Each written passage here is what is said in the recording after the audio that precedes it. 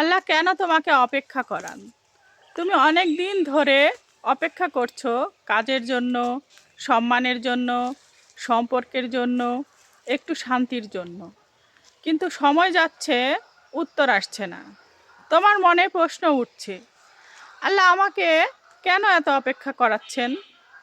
শোনো, যে বীজ আজ মাটিতে রোপণ করলে সে কি কালই ফল দেয়? কারণ মাটির নিচে একটি অদৃশ্য কাজ চলে। শিকড় তৈরি হয়, ভিত গড়ে ওঠে। ঈশ্বরও ঠিক এমনই কাজ করেন। তাই তিনি দেরি করেন, কারণ তিনি তোমাকে বাঁচাতে চান। তুমি ভাবছো অন্যরা এগিয়ে যাচ্ছে আর তুমি পিছিয়ে পড়ছো, কিন্তু তুমি জানো না আল্লাহ তাআলা তোমাকে ধীরে হাঁটাচ্ছেন।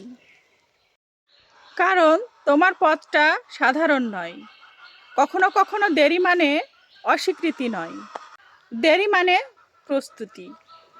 তোমার অপেক্ষার প্রতিটা দিন তোমার ধৈর্যকে ধারালো করছে। তোমার কান্নার প্রতিটা রাত তোমার বিশ্বাসকে গভীর করছে। আল্লাহ তাআলা অস্থায়ী ফল দেন না, তিনি দেন স্থায়ী ফল। যার জন্য অপেক্ষা করতে হয় সেটাই একদিন মূল্যবান হয়। আজ যদি তোমার জীবন থেমে আছে মনে হয়, তবে ভেঙে পড়ো না। হয়তো আল্লাহ এখনো তোমার ভিত বানাচ্ছেন। যখন সময় পূর্ণ হবে, তখন তিনি এমনভাবে দরজা খুলবেন যা কেউ বন্ধ করতে পারবে না। বিশ্বাস রাখো, অপেক্ষাও এক ধরনের উপাসনা।